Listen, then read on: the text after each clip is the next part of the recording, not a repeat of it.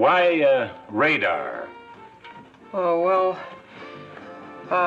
sometimes I can tell what's going to happen before it happens. Is that so? Yes, sir. The officers of the train is to the right, sir. Thank you. You're welcome. Hi, Rick. How are you? Hey, Grayce, how are you? I'm well, thanks. So I've got a question for you. Okay. Who is Radar O'Reilly? Radar O'Reilly. Sounds military? I'm not sure. Who is he? Radar is very military. So, yeah, I mean, I am dating myself. So that's from MASH. Oh, okay. TV show.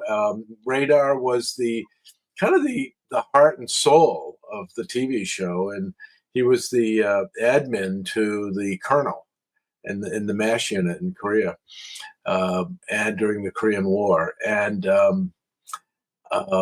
he has come to mind lately as I've been learning about my need for assistance, for help, and delegation. And I think that realization really started with you. Me? And, yeah, and you coming on. How long's it been now?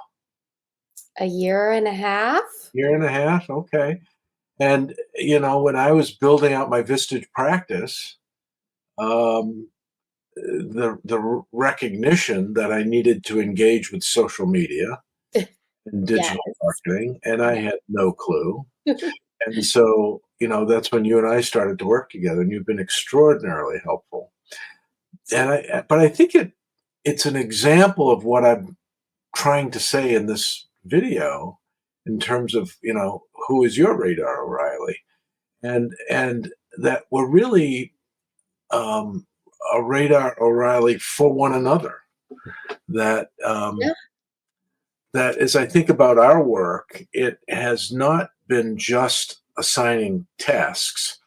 It's much more than that. And our working relationship is really a partnership. It's important for you to know not just what I'm doing and what I need to have done, but why. Yeah. And what the context for that is. Right. And so it really becomes a partnership between you and I, where you can be making decisions on my behalf. And frankly, you're mentoring me as much as I'm mentoring you. And it's that give and take, that mutual learning that underneath it all, I think, is this notion of anticipation and anticipating one another's needs. So I just wanted to say that and let you react to it. I mean, am I on to it?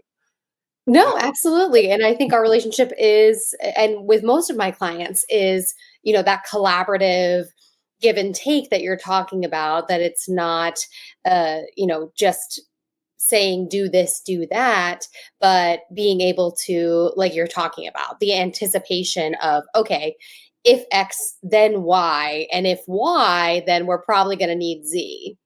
Right. And knowing that and helping each other fill in the gaps where I have gaps in terms of my Vistage knowledge and the depth of their resources, and then filling in the gaps in terms of capabilities of things like LinkedIn and lead generation systems and other marketing tools, that when a need arises, we can work together to find a solution for those things. Yeah, absolutely.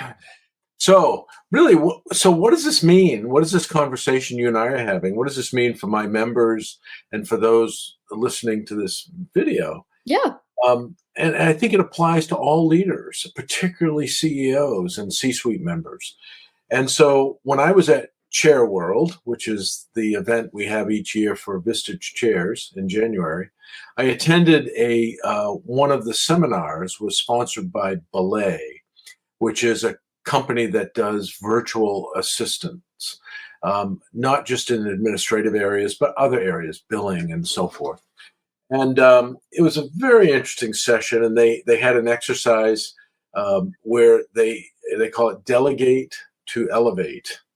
And it's an exercise where we identify what is it we're doing that someone else could do more efficiently more effectively? What is it that we're doing that we don't like to do?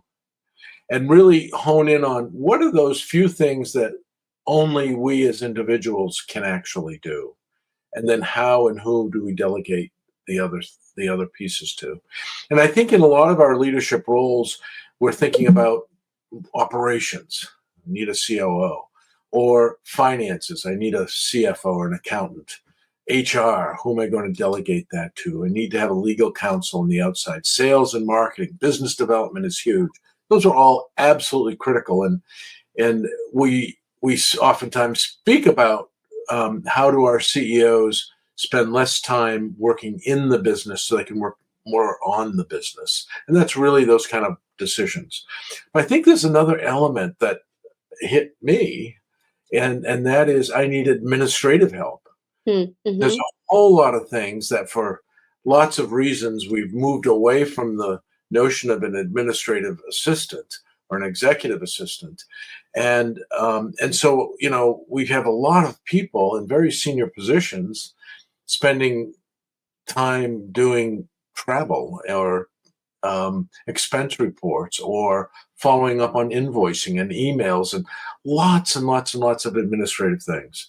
And so I found the belay seminar very helpful to challenge myself around what I needed to be delegating more of. And in the business development world and marketing world, I delegated a lot to you, and that's where our partnership has come in. So I've contracted with Belay for a virtual assistant, Yeah. Victoria Walden. She joined us a week or so ago. She's a wonderful virtual assistant, tremendous background, came out of JP Morgan and having done a lot of work at JP Morgan for about 10 years. And so she is now becoming a partner with you and I. Yeah. And I think our notion of Radar O'Reilly for one another. So it really becomes the triad of the three of us, knowing what is it we're trying to accomplish collectively and who can be doing what most efficiently and most effectively. And so that's exciting. I mean, Yeah. it's great having Victoria on board and becoming more and more the primary liaison for a lot of the administrative work that we've got to get done. And I think just to add to that, Rick, a key component, like you mentioned, is realizing when you need to ask for help. Yeah, But alongside that is being willing and open to listen to advice yeah, from those people that you bring on your team. right, And, you mentioned that you were a little bit hesitant to utilize social media. It's right. not something that you use in your personal life.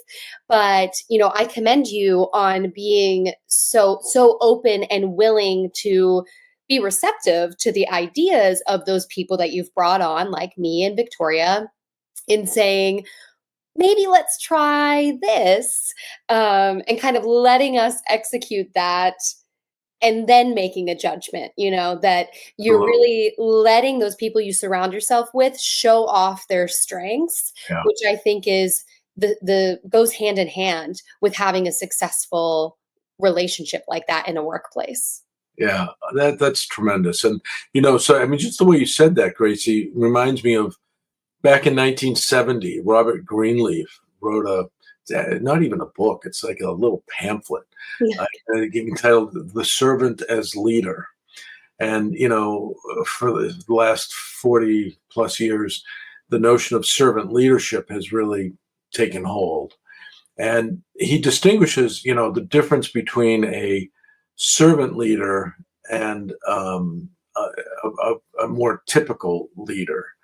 And the servant leader is someone who puts others' highest priority needs, making sure that they're being served. So the needs of others are the highest of priorities, and the irony is the more you care for and ensure and anticipate the needs of others and meet them, the more effectively they can really work with and help you. So it's that mutual care. Uh, Great. So you said Greenleaf was 40 years ago? Well, let's see, 1970, 30, 40. Oh, Okay. Well, I 53 think like years ago. Oh my gosh. that's hard. I'm sorry. Um, but I think something like you said, this idea of the servant becoming the leader, Yeah. something a little bit, maybe a little bit more modern, is Gosford Park. You know that in the Downton Abbey Oh, that's a great movie. Yeah. movie? Yeah. Helen Mirren's character and Mrs. Wilson, she's like the head of the household. Our conversation today makes me think about something that she said.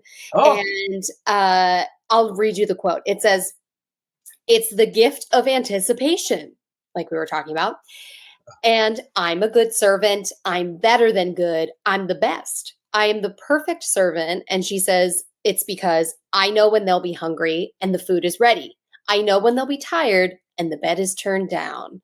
It's knowing what you want before you want it, which yeah. is kind of a psychic skill Yeah. that when you really know and work with someone, you can be that in tune to each other.